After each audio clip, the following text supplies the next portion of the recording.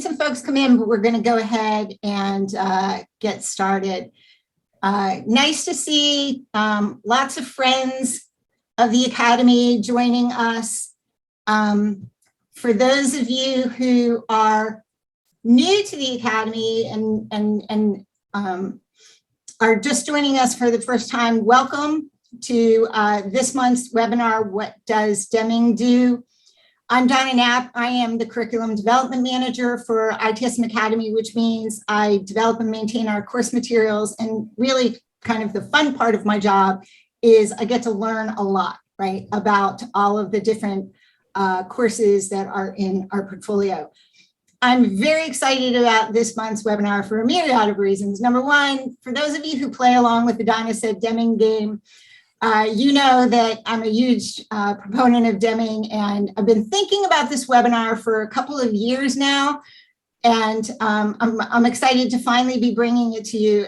But I'm probably more excited about the fact that we've got Mike Cardinal in the house.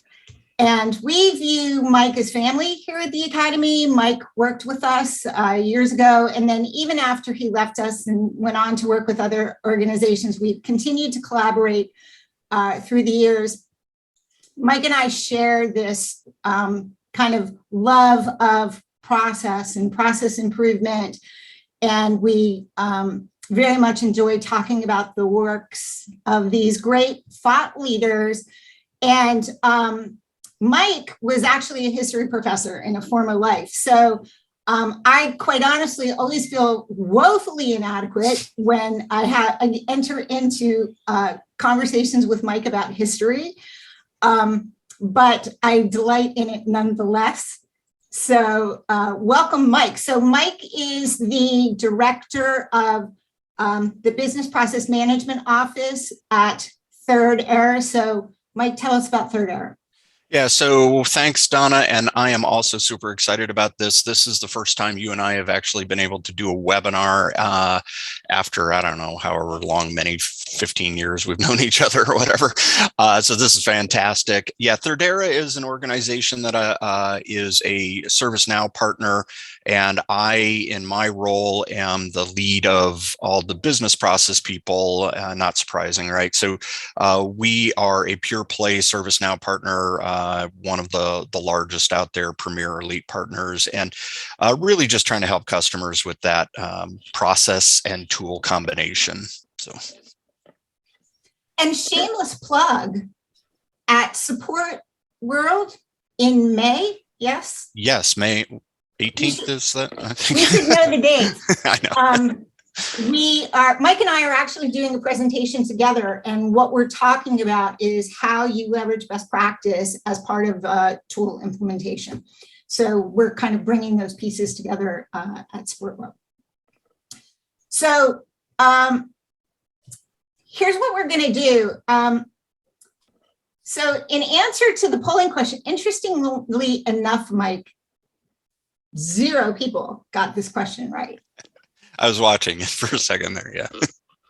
So and it's not even really a trick question per se.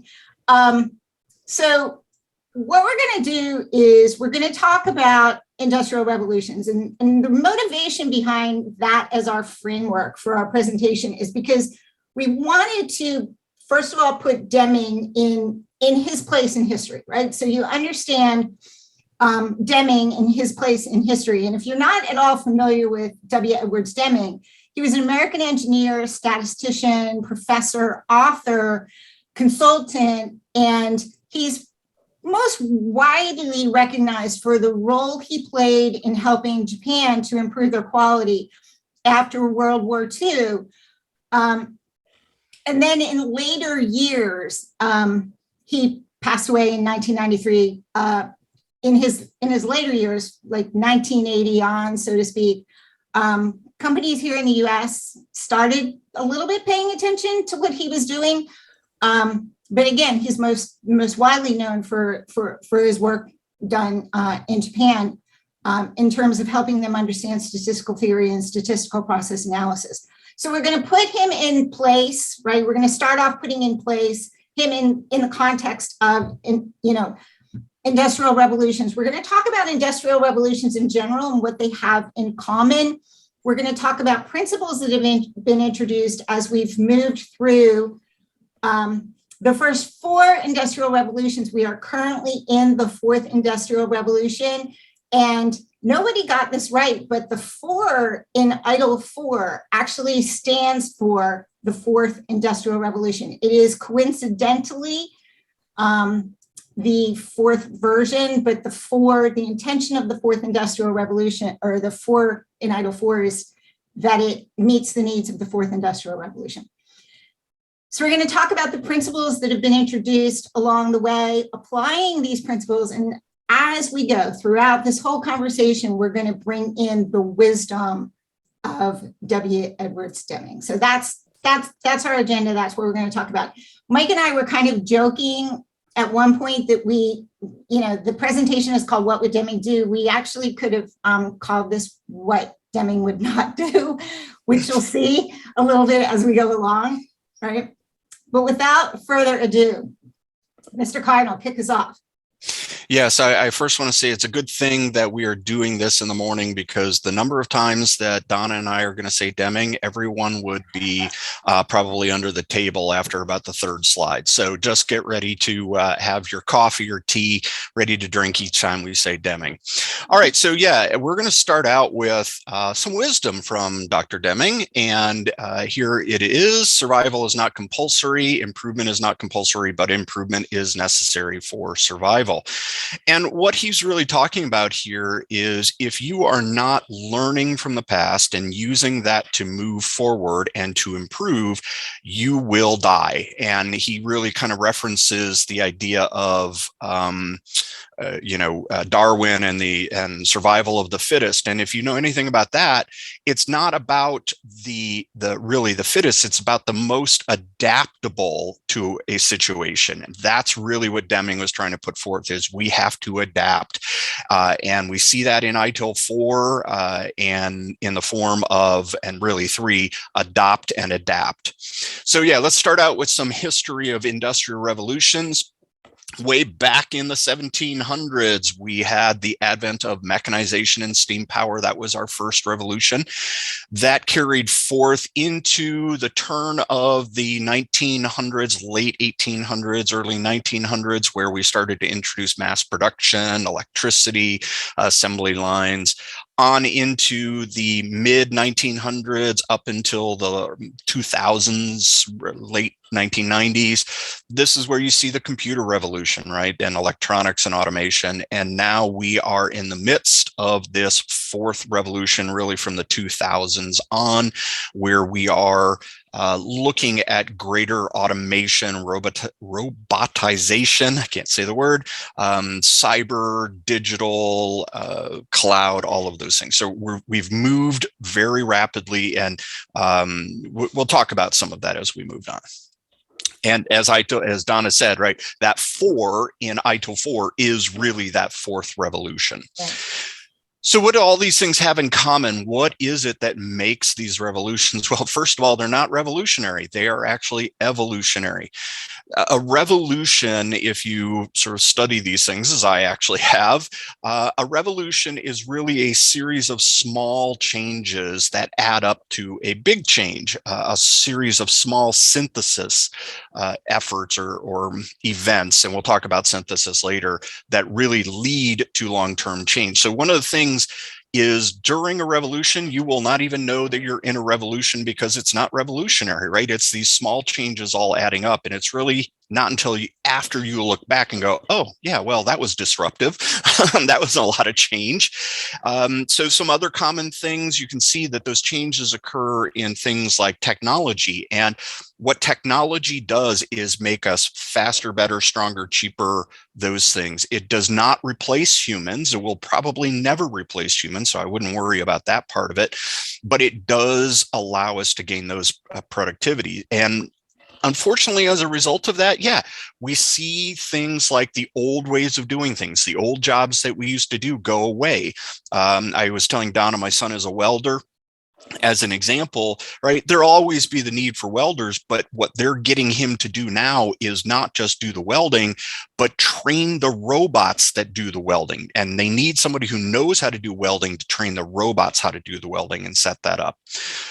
And the reality is, as we've always talked with organizational change, the laggards and resistors will be left in the past. And that's what happens with these changes, right? Is those people who are willing to adapt, as we just saw with Deming's quote, those people who are willing to shift and think differently and apply new ways of acting, those are the ones who are going to be successful.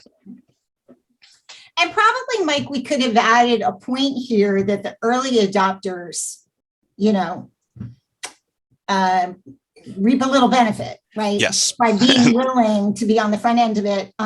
You know, we were talking, you know, I personally entered the workforce in the throes of the third industrial revolution, right? Because I can really remember personal computers being brought into my company. Yes, I'm old. But I didn't think at the time that, like, you know, now I can sit back and go like, wow, that was a lot. Like, that was a massive change. At the time, it didn't feel disruptive to me. And I think because I was in the front end of it, right? Because I was engaging in it, and I was, you know, my job wasn't being obsolete. In fact, my job got created as a result of it. Yes, I wasn't surprised by the poll, you know, that many people didn't even realize that we're in the midst of a revolution right now, because it doesn't feel that way. Right?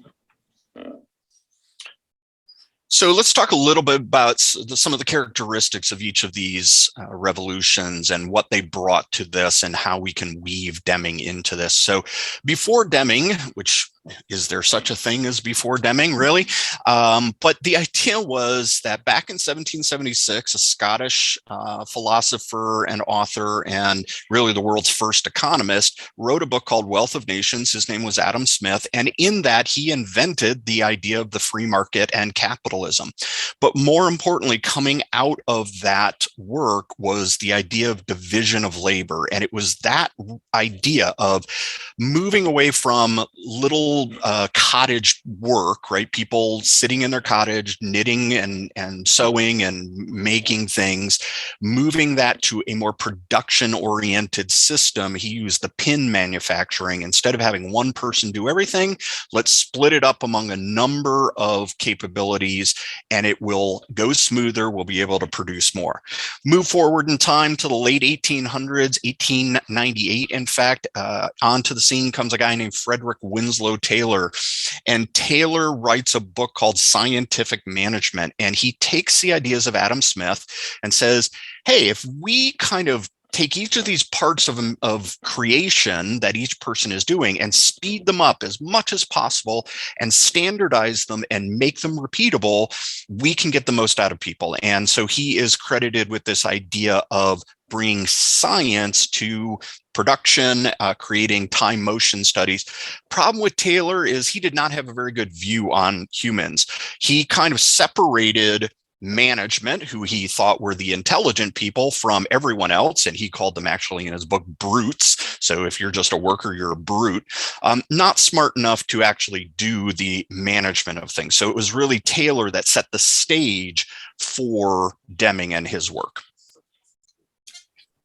So, Mike, we're pretty far back in history, but there's evidence that Taylorism continues to exist today. Yes. Yeah. Yeah. So unfortunately, what does that look like? Yeah. So what that looks like is people who are what we call I-shaped, right? So they know one thing, they know it really, really well, but you look to have them do something else, it's out of their world, right? It's out of their specialization.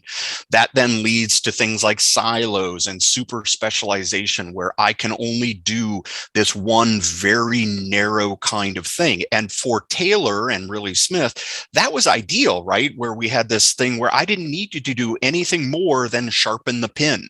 I don't need you to think about things. That's why he thought about people as brutes, is I only need you to do one thing, move pig iron from one place to another. And we still see that in silos, specializations, you know, those kinds of things in the modern world. Unfortunately, right? Unfortunately, and we're talking a lot about them now. We talk about, you know, breaking down silos and, you know, having tea and pie and cone shaped professionals where you can contribute more effectively in more ways to your team. Correct. So as we move into the second industrial revolution, enter Deming. But before that, we saw the introduction of the assembly line. And here's where we start to have our first conversations about flow. Now, the assembly line is actually like a topic of big debate. Who is credited with developing the assembly line? What everybody agrees on is that Ford took credit for it, but that he actually didn't do it. He didn't do the work, right? But he took credit. Everybody agrees he took credit for it. So R.E. Olds, and I happen to live in a town called Oldsmar that was founded by R.E. Olds. R.E. Olds actually holds the patent for the assembly line. So I'm going to hold fast on the notion that it was in fact Olds, right, that invented the assembly line. And then Sloan and Sorensen, who were working at Ford, were involved in improving it. So adding rollers and starting to create the moving assembly line. So there was kind of this progression of events that led us to the modern day assembly line. And again, the first conversations about flow. We have the Gilbreths who introduced concepts like process mapping and waste reduction and really starting to understand psychology. So they didn't necessarily use the phrase psychological safety, but what they started to recognize is that we have to think about these workers as human beings, and we have to, think about enabling people to enjoy their work and not be constantly living in fear, which is kind of what was coming out of Taylorism, is that you had the boss who was constantly riding herd over the brutes, making sure that they were working as efficiently as possible, right? It was a pretty, toxic environment in which to work. So this concept of psychological safety started to be introduced. Stewart introduced statistical process control. So the control chart, as we know it today, and we'll talk more about that, was introduced. And he also introduced what was a precursor to the PDA cycle. He was, Deming very much viewed Schuchert as a mentor, and he very much influenced Deming's work. And in fact, what Deming did when he went to Japan is he brought that statistical theory and he really championed the work of Schuchert in terms of statistical analysis, brought that forward. And then we have this kind of group of thought leaders who were all at the same time talking about quality management concepts. So we have Deming, Ishikawa, Duran, Crosby, and they all contributed in different ways. Collectively, and we're going to kind of talk about this in the context of Deming, they were talking about things like statistical process control and total quality management, concepts like continuous improvement, Kaizen, right?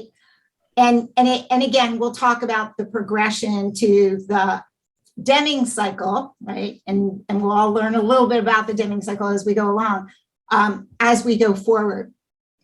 Now, again, we're gonna talk primarily about Deming, but I know, Mike, you have a favorite in terms of these thought leaders.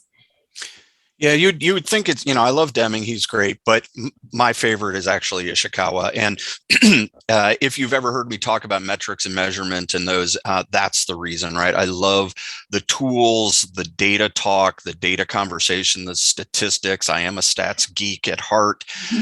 And it was really Ishikawa that took Deming's ideas out of that conversations they were having in Japan and said, hey, let's get some things in place to help us do this, turn this from theory to reality. And we'll talk about that later. And out of that come the 7 tools of quality, including statistical process control. Many of you may know that as a control chart, and love some of these quotes from Deming, right? It's about the data. And there's a question I always ask when I'm training people and teaching is that fact or opinion? Right? Because if it's not based on data, it's just an opinion. And the idea is to use these charts to identify the actions we need to take. It's not about the numbers. Deming would say it's not about the numbers. It's about what you do with that information once you have it. And how do you make use of that? Well, what you have to do with this information is separate the wheat from the chaff. Understand there's variation, and Schuhart really pressed that forward into Deming's mind, right? Is there is going to be variation, that nothing works in this perfect way.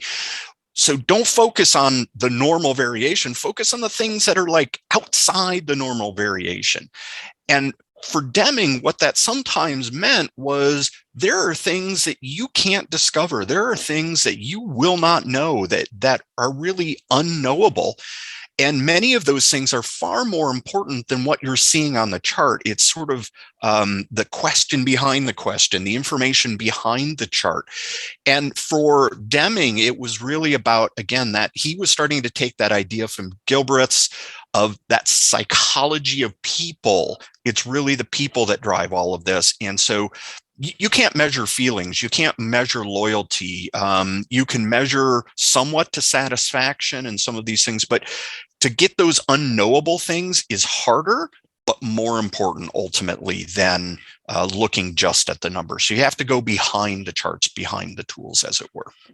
So that's a big part of what he contributed out of this conversation. Right.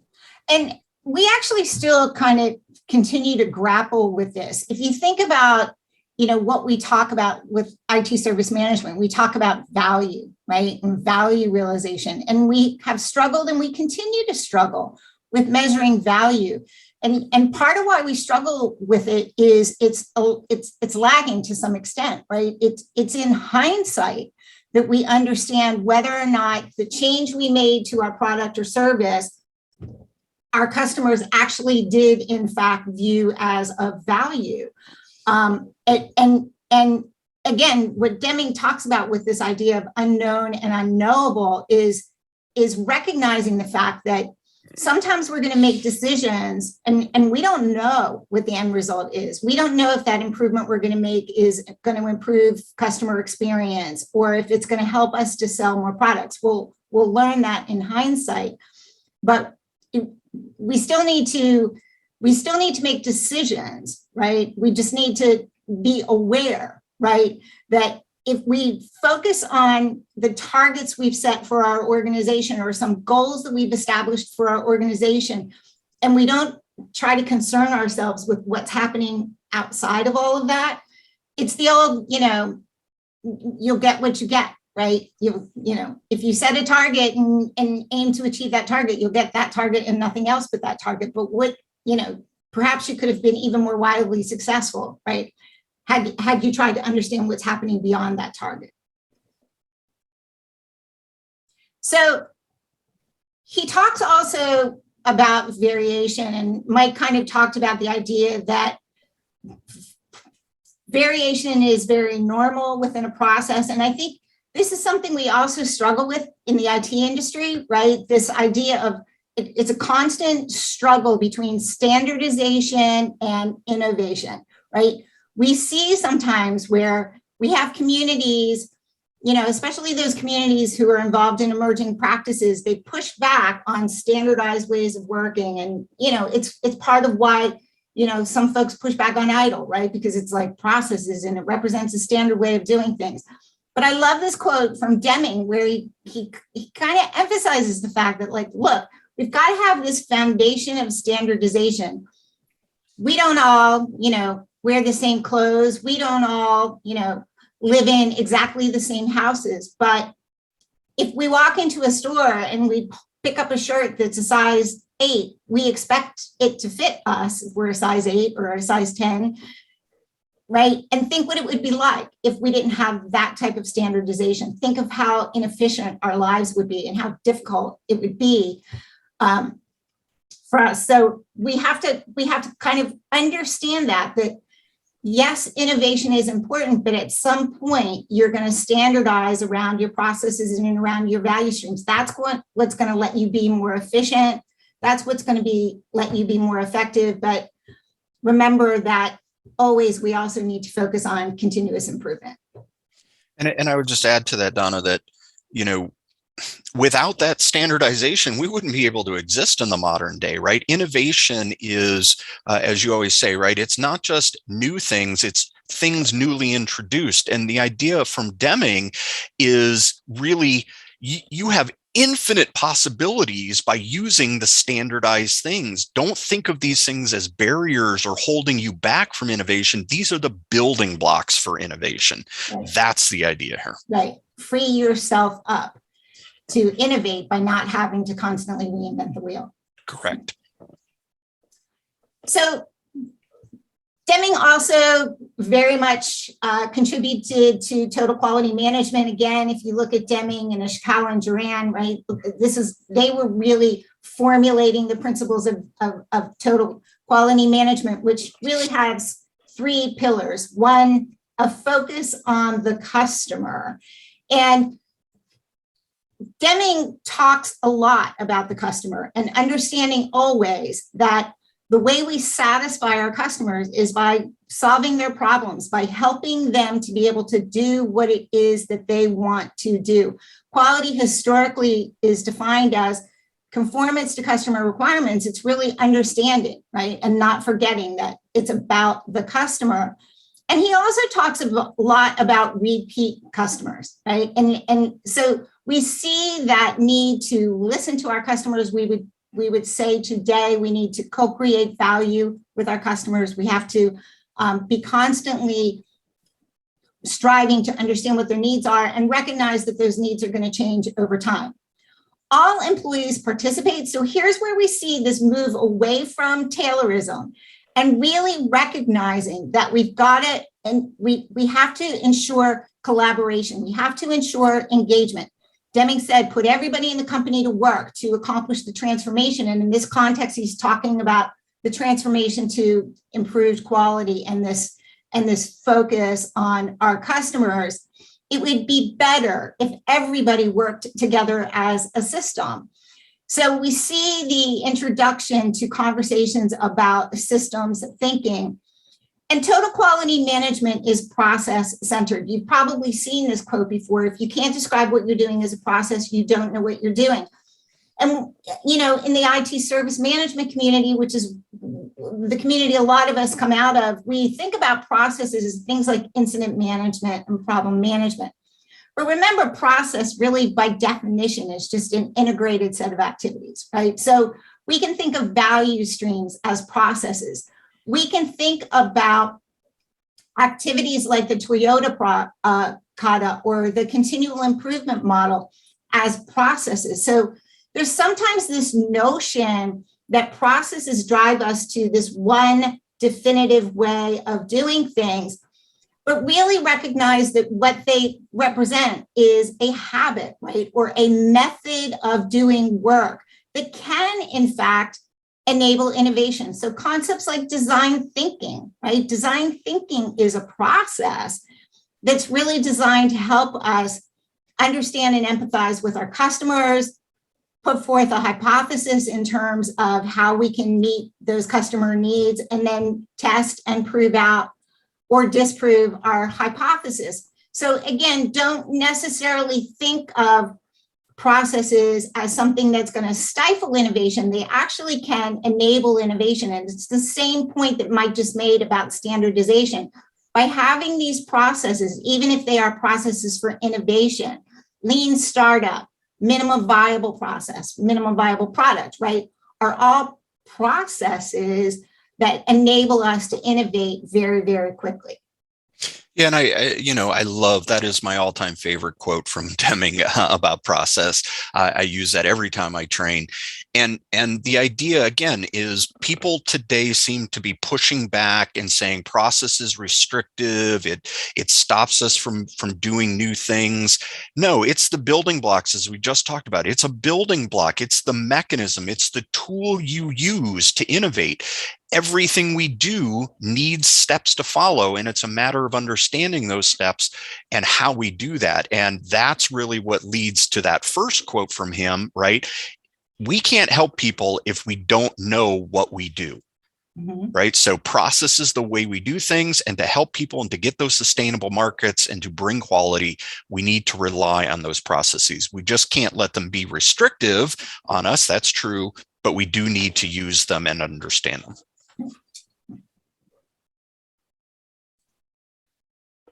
So this is a very simplified storyline. The road to the Deming cycle was actually even longer than this, but it's recognized that Deming initially took his inspiration from Shewart, who introduced this cycle of defining specifications, producing the product, and then inspecting the quality of that product. So that was kind of the current thinking on quality assurance at that time.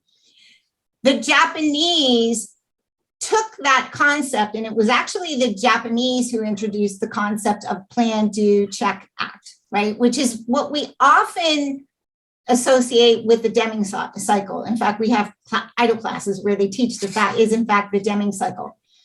What Deming emphasized is, and he, especially later in his life, emphasized the need to replace that term check with the term study. And the thinking there, the spirit of what he was trying to say was this notion of check, right, sometimes gets abused. We think of check as success or failure, right? Was our plan successful, or did our plan fail? It's kind of black and white there, where really the idea was put together a plan, put together a hypothesis. If we make this change, we think that we're going to achieve a certain result. Make the change, study the results, right? So it's not just, did we do it or did we not? It's not, it doesn't have to do with the plan itself. It has to do with the results that came out of that plan. And then based on what we learn by studying those results, we act. And there was always that emphasis that if you're going to collect data, don't just collect data to create a nice little dashboard, or he would have said bulletin board in his day. Collect data so that you have something upon which you can make decisions. And Mike, you talk about this a lot as well, that, how we kind of misuse that concept of check. Yeah. So, what I see, especially in American companies, is this: we have good intentions. We sit down and we go, okay, let's plan something. We'll do it, and then we'll check, and then we never act upon it. So it ends up being plan, do, check, plan, do, check, and at some point, somebody goes, why are we gathering all this data? This is just stupid. Plan, do, plan, do, plan, do. And eventually we throw out planning, right? Why are we doing that? And it becomes get or done, right? And we don't even know what we're doing, let alone why we're doing it, but we're doing stuff. And, it ends up becoming, if we move stuff around enough, it looks like we're busy. Right. But we're not really achieving anything. And, to add to this, really what Deming would say in his later life is that middle cycle is really for your workers, where the more important cycle is really for management, and Donna will talk about this, we'll talk about this later, right? They're the ones who own the system. They're the ones who make all of this possible. And I love how Deming kind of moves away from this idea of inspection too. We'll talk about that a little bit, and says it's not about inspection, it's about understanding and studying. Right. And leadership. Yeah. And leadership. Yeah. So it's all a lie. Everything you've been taught. Everything you've been taught. Yeah. It's a lie. Sorry to break the news. Right. So the other thing that Deming introduced, and Mike kind of alluded to one of his points for management already, he introduced this concept of the system of profound knowledge, which consisted of 14 points for management and included a conversation about deadly sins. He introduced his 7 deadly sins of management. And it's really interesting because, again, he's most widely recognized for the work that he did in Japan. And it wasn't until the 1980s that American companies really started seeking him out to try to kind of help them to, they were seeing the success that Japanese companies were having, and they wanted to achieve those same results. And so they started to seek out Deming. So Ford, for example, sought out Deming in the early 1980s. And what they expected Deming to do was come in and do what he did with the Japanese, which was teach them statistical process control, right? And he actually came in and started talking to them about management. And he started talking to them about how all of the quality issues, or a very, very high percentage of the quality issues that they were having, actually had to do with management. And so in his book, Out of the Crisis, which really speaks to the quality management crisis that we were experiencing in the US at the time, he introduced these 14 points for management and the 7 deadly sins. And a lot of these points for management are things that we continue to struggle with today. So you may have seen Deming's quote about ceasing dependence on inspection, build quality in. He talked about breaking down silos. He talked about educating employees. He talked about understanding the role that management plays in terms of setting up the system, right, that influences everything that workers do. And he's pretty brutal. Like, if you actually read anything, or, you know, he's on video, right? If you listen to Deming, he's pretty brutal when it comes to management. He has, I would say, disdain for management and the way that workers get treated. And again, this kind of throws back to Taylorism and this idea that you've got the managers and you've got this hierarchical organizational structure and what we today think of as kind of command and control ways of working, versus total quality management principles, which speak to engaging your workers, getting them involved, empowering them. So I love this quote. The supposition is prevalent the world over that there would be no problems in production or service if only your production workers would do their job in the way that they were taught, right? Throwback to Taylorism. Pleasant dreams. I'd say in the modern day, he would say, dream on, dude, right? The workers are handicapped by the system, and the system belongs to management. Now, understand that I get it. Today, we're moving to flatter organizations. We're moving to cross-functional teams and trying to encourage communication and collaboration.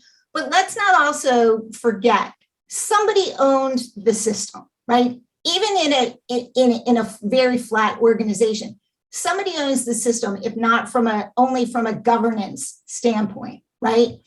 And so management very much has this responsibility to ensure that the system isn't a field of landmines that are going to stand in the way of people really enjoying their work and being proud of the work that they do.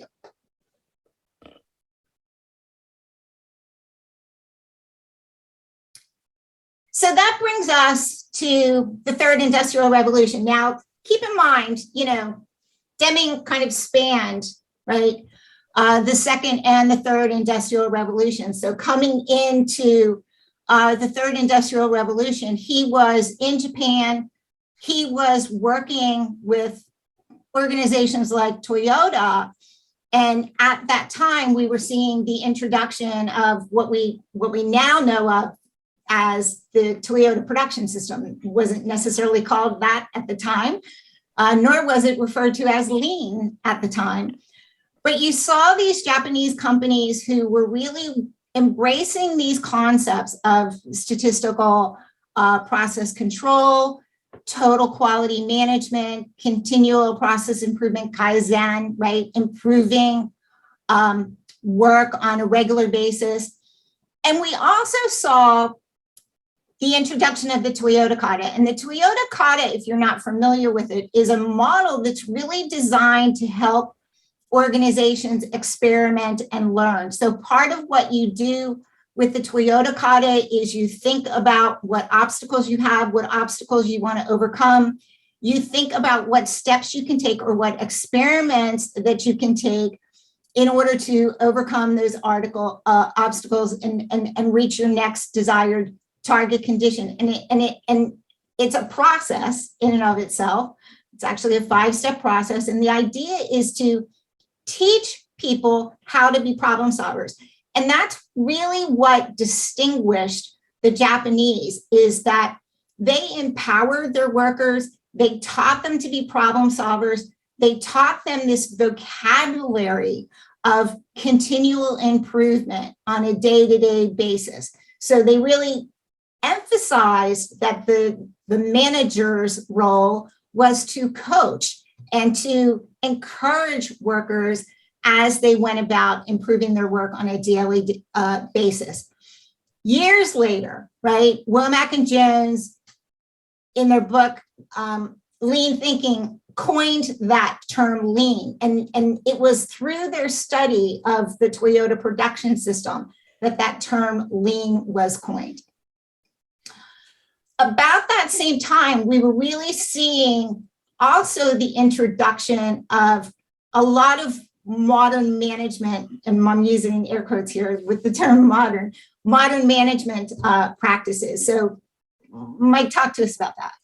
Yeah, so as Deming laid these foundations, others then took up the banner, and we start to see folks like Drucker and Chris Argyris and Peter Senge and others start to put forth this idea that if we're going to make all of this successful, we have to think about this as a learning opportunity, as learning organizations, and put forth this idea that we have management and workers really aren't as separate, again, getting rid of Fordism and Taylorism, and that folks are really better if they build in continual improvement, right? That you improve the system and management owns that improvement. So you have to give them the tools. And we start to see things like Drucker introduce the idea of a knowledge worker. Yeah, Donna, looks like we lost the screen share. Yeah, I'm sorry. Yep, that's fine. Are we back? Yeah. And so, this idea of the knowledge worker, that people aren't just in the modern day in this third revolution. We moved away from physical manufacturing of things to manufacturing things with our mind. But that was no less important to think about in terms of how do we make this better? And so you start to see this idea of feedback loops, and all of that gets intertwined with the Toyota production system, with lean thinking, and all of this starts coming forward, eventually hitting sort of a peak when Goldratt writes this book, The Goal, and introduces the idea of the theory of constraints, right? And the constraints there are anything that's stopping this flow from moving forward, and that includes people, right? And so you'll start to see the theory of constraints come forward into things like DevOps with double loop learning and improving the people side of things. So the key to all of this is the people, and that's where we see that management idea really shift from what we quote. We still use the term management, but to what I think of as leadership. So a question that Donna had asked me is, what happened? Where did we go wrong? Where did all of this fall apart? Well, it fell apart again because of people. And what began to happen is people follow their nature, right? There's an old fable about a tortoise and a scorpion, and the scorpion stings the frog. Frog and scorpion.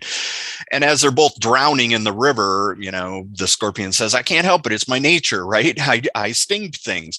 And that's what happened with people. And we moved into what started to take over is things like short-term thinking, fads, squirrel, short attention span theater, instant gratification, right? And this is unfortunately, the third revolution comes in line with the me generation, right? What's in it for me instead of what's in it for us? And so people kind of start to lose their way from these ideas. So there's a couple of quotes that we get from Deming that kind of talk to that. And I think too, this idea that everybody was looking for the silver bullet at that time, right? They're like, oh, it's total quality management. Oh, that turned out to be kind of hard. Okay, we'll go to management by objectives. Like, oh no, that wasn't, that was challenging as well. So we move on to something else. Or we simply have leaders, one of his seven deadly sins of management is management mobility. And if you think about it, if you've ever worked for an organization where you got a new CEO or CIO, what do? Right? They look around for a little bit and then they start changing stuff, right? And, next few years go by and we get a new leader, and what do? They come in and they start changing stuff. So this idea that we've got to make long-term commitment to new learning and philosophy. We have to understand that culture change is hard. In order to really fully realize the benefits of any new way of working, it's going to take time. It's not going to happen overnight. And I love it, the timid and the faint-hearted and people that expect quick results are doomed to disappointment, right? But this is what we went through for multiple decades, right? We've gone through this series of what were perceived to be silver bullets, the next great thing. And we've never really fully realized the benefits of any of them.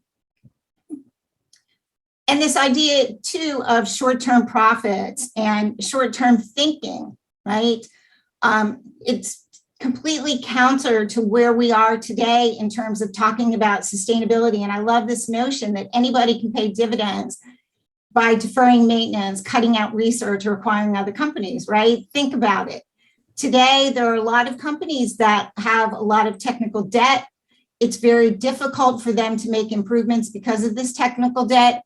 They've maybe got a lot of toil or a lot of manual work because they've not necessarily taken time to automate work as they went along, as they should have. Maybe they've cut out. People are so heavily utilized that they don't have time to improve their work, right? Much less sit and think about how could I improve my work, right? And do the research into how could I improve my work. So if you actually, and we're going to give everybody a homework assignment, if you actually go look at Deming's 14 points for management and his 7 deadly diseases of management, we've not done all of those things for multiple decades now, right? We don't do the 14 points and we do the 7 deadly things. Exactly. So here we are in the 4th industrial revolution. And some of you, I'm sure, have some of these books on your bookshelf. 4th industrial revolution started in the year 2000. And we have things like the 5 dysfunctions of a team and Mary Poppins introducing, bringing lean to software development. Guys like Mike Gorzen, who again, and Don Reinerston, who brought lean forward and applied them to software development. Up until then, everybody had thought lean was about manufacturing, and it only applied if you were producing widgets, right? And the intention was for every widget to be exactly the same. With software development, every change we make, we're essentially producing a new release of that software or a new version of that software.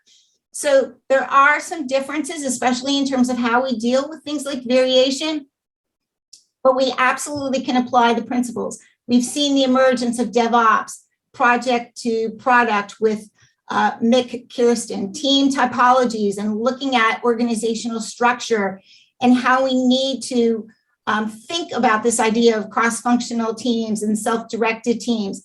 And I brought ITIL 4 into the conversation here. I've included the cover for High Velocity IT because I really think it, of all of the ITIL 4 publications, brings all of these concepts together.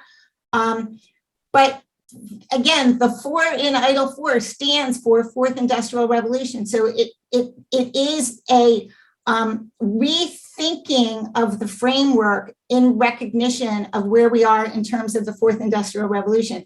And I love this quote from Deming that a common disease that afflicts management and government the world over is the idea that our problems are different. So they are different in the sense that the world is different than where we, were in the 1700s, but the principles that relate to how we improve the quality of our products and services are very universal. So if you see me speak at all before, you've heard me say this before, honor the past, but don't be bound by it. Learn from these great thought leaders. Understand, right, the theory behind what it is that they're trying to explain to us.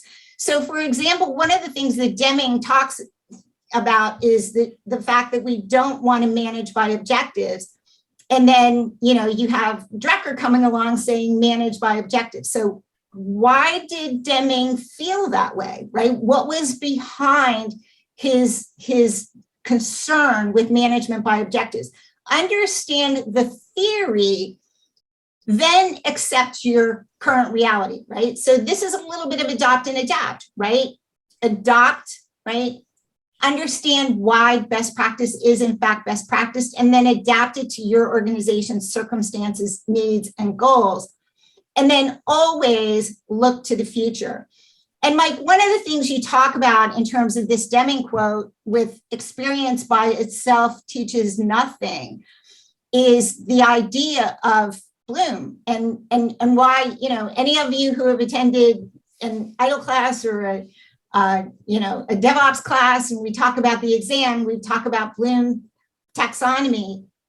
Bloom comes into the conversation here, right? Yeah, so Deming here serves as a bridge between two historical points. The first is John Dewey, early in the 1900s, late 1800s, who introduces this idea called experience in education. And he has a book called Experience in Education. And his idea was that all learning happens through experience. Well, Deming looks at that and says, no, there has to be something behind that experience. If you go out in the playground and play with a ball, you have to understand the concept of the ball. And so he bridges that gap, which then Bloom later on takes and says, yeah, you cannot master something unless you move from theory up to experience. And the lower half of Bloom's taxonomy is really the theory side, and the upper half is the experience side. So Deming, again, interjecting himself here unknowingly into the sweep of history by saying you got to have both. Right.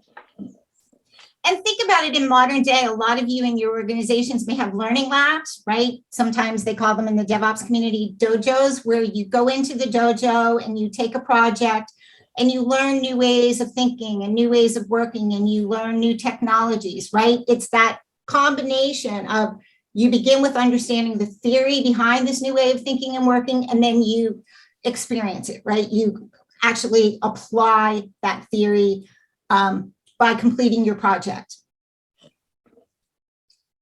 It's why experiential learning is so enormously beneficial.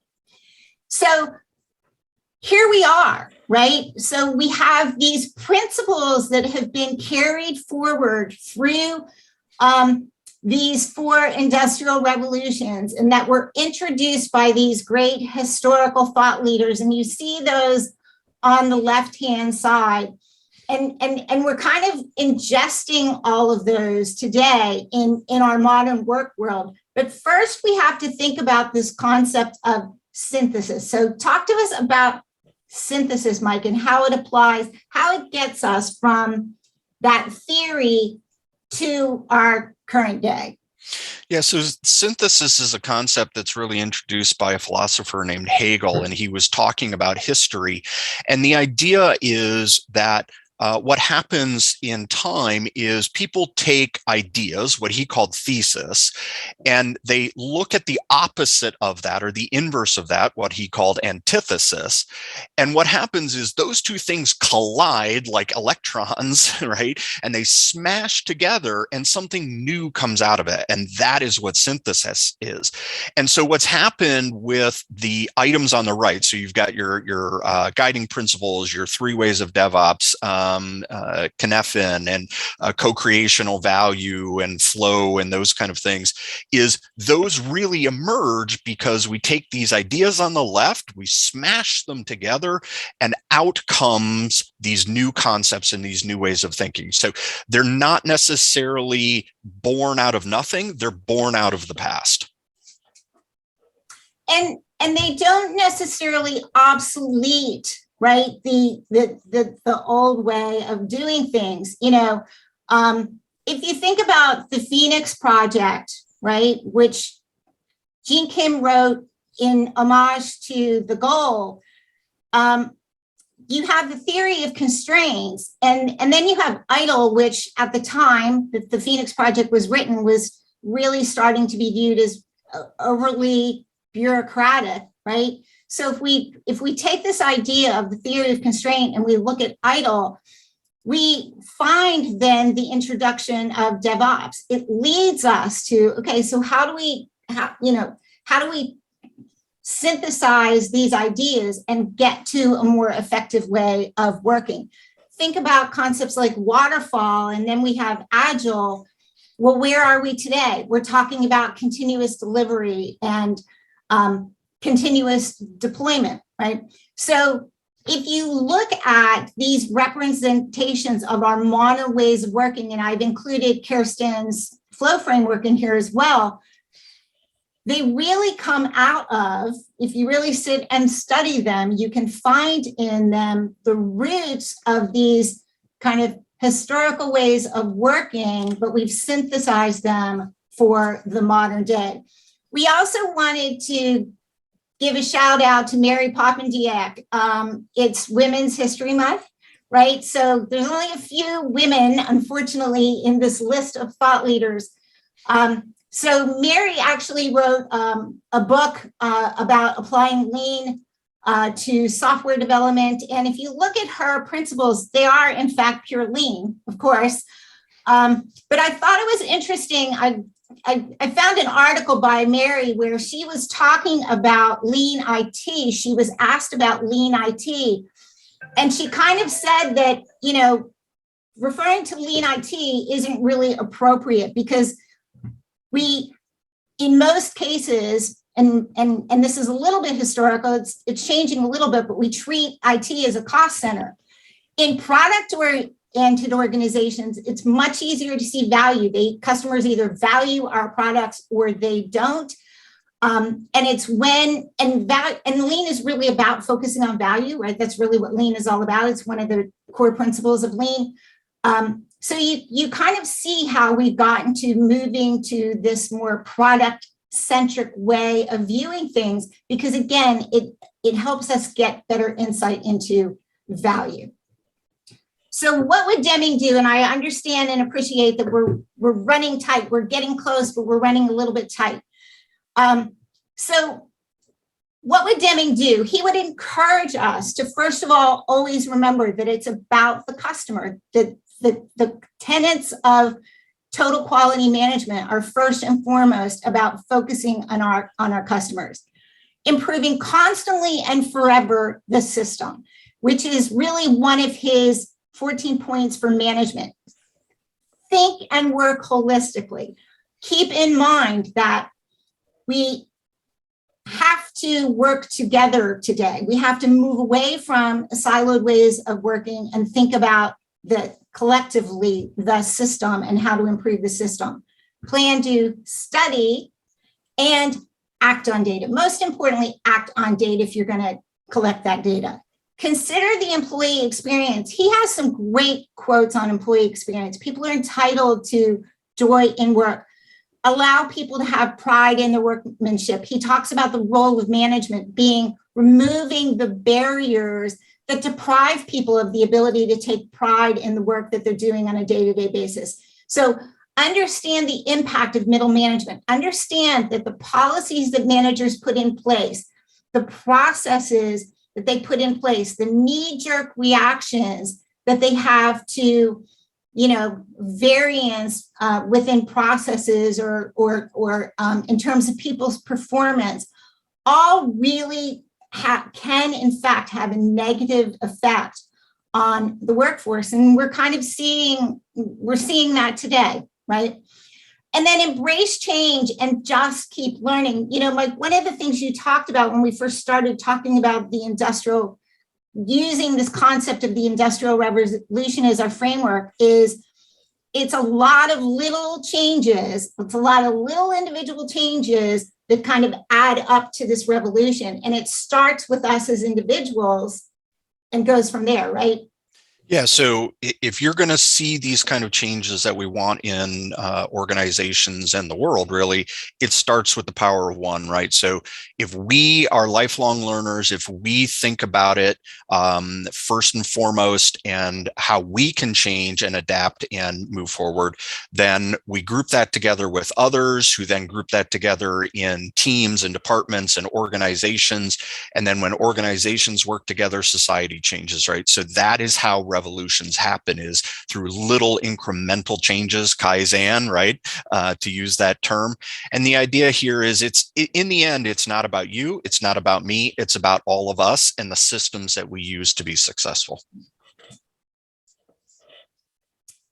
And ultimately, it's about greater society. It's interesting. If you saw me speak back in January, I talked about sustainability and the fact that organizations are increasingly viewing sustainability as a competitive advantage. And I introduced these statistics in terms of what CEOs are thinking about these days. Well, look at how much this reinforces the things that Deming viewed as important, right? Deliver better customer experiences, build stronger customer relationships. It's those repeat customers that are going to enable you to be profitable, improve efficiency, right? Deliver more innovation in our business models. That's really about systems thinking, right? And improving our systems, delivering innovation and increasing sustainability. So believe it or not, we are on the cusp of the fifth industrial revolution.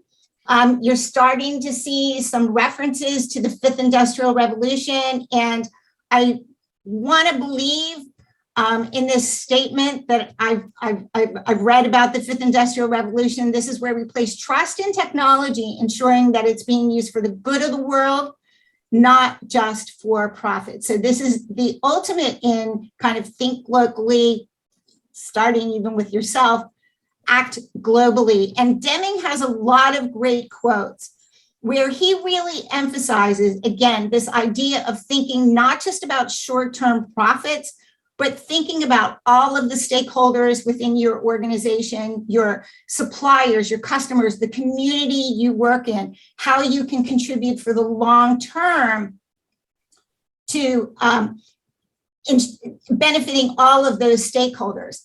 He talks about the fact that we need to constantly challenge, why are we in business? And it's not just to produce a good product or service. We need to do that. That is important. But here's where double loop learning comes into play. At some point, we need to question, are the products and services we're providing still helping people? Are they still providing value to our customers? Or is their value proposition obsolete? And we need to rethink our products and services. So let's look to the future, right? Where are we going to be 5 years from now, 10 years from now? Thinking about longer term sustainability. And remembering the role of management. And this doesn't necessarily apply to middle management. Remember, there's always someone who owns the system, right? So management has to create that constancy of purpose. Simon Sinek would say, start with why, start with an understanding of why your organization is in business, and think about how we can continue to remain competitive and how we can stay in business for the long term. And importantly to all of us, how we can provide jobs and perhaps more importantly, meaningful jobs that enable us to look forward to coming to work every day and taking pride in the work that we do. Yeah, I sum all of that up, Donna, in thinking about two questions. Why do you exist versus what you do? So thank you. We apologize for running long. Always. I'm gonna kind of roll back and look very quickly and see have we got any questions that we can answer. Donna, there's not. Okay, awesome. So everybody who played Donna said Deming, go take a nap. Don't drive anywhere right now. Or if they did like I did with the bottle of water, bio break, please. Yeah. So we hope that this is an inspiration to you all to just go learn more about, right, Deming and all of these great kind of thought leaders. Again, with Deming, there's so much information there, and some of his, if you look at his 14 points in his 7 deadly diseases, what I would say to you is some of these are going to seem really counterintuitive. So you have to do a little bit of reading behind the scenes to understand the spirit, right, of his guidance there. So that's your homework assignment from us. So thank you, Mike. I had a blast. I did too. Thank you, Donna. Excellent opportunity to begin working together closely again.